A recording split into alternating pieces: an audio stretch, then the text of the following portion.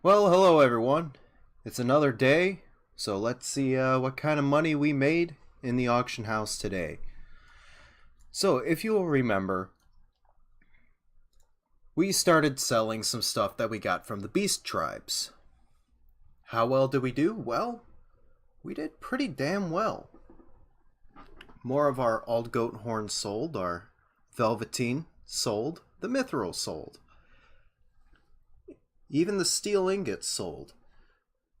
So it seems like we did pretty well. We did very well. Now remember, we started off with 900 gil just a couple days ago, and I haven't been doing all that much. I haven't been working all that hard, and we're already up to 62,000 gil. Now, in today's episode, I'm going to be talking about buying low and selling high, and I'm also going to be talking to you about crashing the market. Now let's take a quick look at something that sells pretty well: crystals. And among the crystals, the fire shards are some of the most perfect things to sell. They're relatively easy to get. Blacksmiths, armor smiths, and culinarians, cooks, they all need fire shards. So let's take a quick look. It's 6 in the morning where I am right now. And they're looking pretty damn good. Nothing spectacular right now, unfortunately.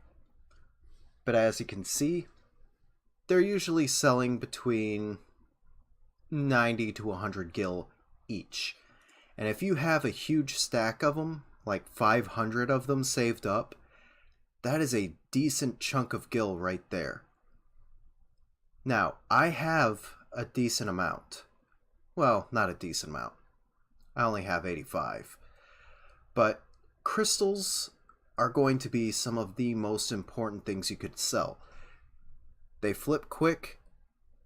They're very good. But for buying low and selling high, maybe not the best. But let's go take a look at some of the things we've been selling so far. Okay, so for whatever reason my recording stopped and I didn't notice. So, like I said, we're going to take a look at some of the things that we have sold so far, and we're going to take that opportunity to teach a lesson about buying low and selling high. So,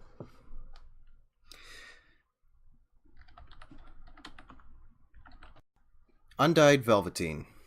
For whatever reason, my recording stops when I start typing something.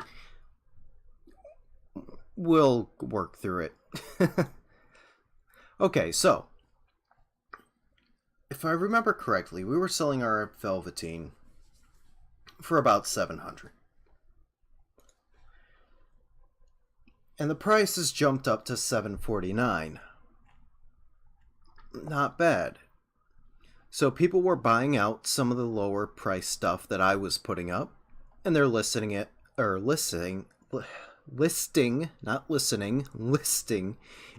much higher. So now the price has jumped up to around 750. We're gonna disregard these stacks of 99 because no one's really gonna buy stacks of 99 undyed linen, especially not for this price. So we're looking at a price range between 750 and 800. These stacks of 800, the 53, the 49, those are gonna have a hard time selling. So, we don't have the guild to buy out any of these and relist it, and even then, if we did and relisted it for 800, we'd only be making a 50 guild profit. That's not that great. So, let's look up something else real quick. Woolen cloth. Now you can't buy this from a vendor. There's no shop that sells this. However, if you're a weaver, this is really, really easy to get. And as you can see, it is an incredibly profitable item to be selling on the marketplace. If you're selling stacks between 5 and 20, let's say, you can expect a very decent return. Between, let's say, between 4,000 and 5,000 gil. That's not bad. And it moves pretty quickly. We had 7 purchases just yesterday. And yeah, it may not move as quickly as some things, but if you price it right, it will move. So that's just a quick, brief little lesson in buying low and selling high. Now, what about crashing the market? Well, crashing the market looks a little bit different. And to give you a good example of what that looks like, we're going to look at the Materia here. Now, this one here, Gatherer's Grasp Materia 6, Grade 6 Materia. Right now, you can expect to pay between 15 and 19,000 respectively. Just a few weeks ago, it was selling for around this, for around 85,000 gil. And you can see when the crash started to happen. Someone went from 85,000 and then listed some for 45,000. And then someone listed it for 39,000, then dropped it to 35, then 34, then 32, then 30. Then they dropped it to 27, then 21, to 18, to 15. I've seen this selling for 11,000 gil. Now, let's take a look as comparison to Gatherer's Guile. Right here, it's also crashing pretty significantly. A lot of people were having it listed for around 200,000. Some of these were really large stacks, and they're hoping to make a decent profit off of it. But then somebody cut the price in half. And then they dropped it again. And then they dropped it again.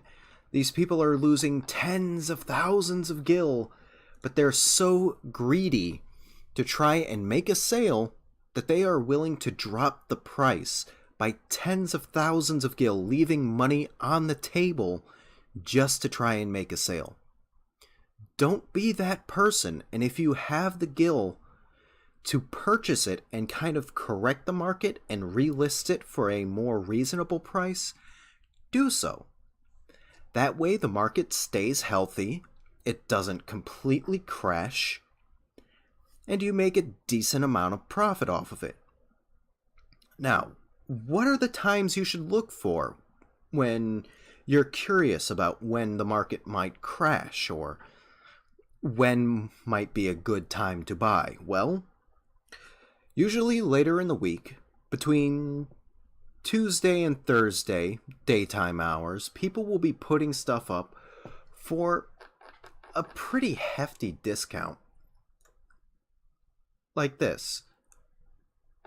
They're starting to drop the price already a little bit.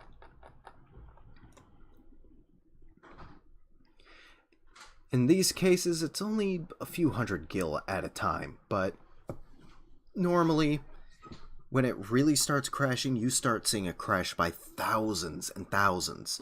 And that's a good time to buy up and hold on to that. Usually, around patches or when they announce a new expansion, that is a good time to be looking at the market, because people are going to be throwing a whole bunch of stuff up on the market, expecting people to start buying in bulk. And that's a good time to start buying some lower priced items. and just hold on to it until you start seeing prices go back up a little bit. Then you can start relisting things, selling things, and making a lot more gil. Hopefully this gave you some decent tips, and hopefully you learned something today. In the next video, I'm going to be putting everything we learned together, and we're going to see how much we walk away with. I'm going to be putting everything I can on one retainer, then I'm going to fill up my other retainer, and we're going to see just how far we get. Look forward to that. I'll see you next time.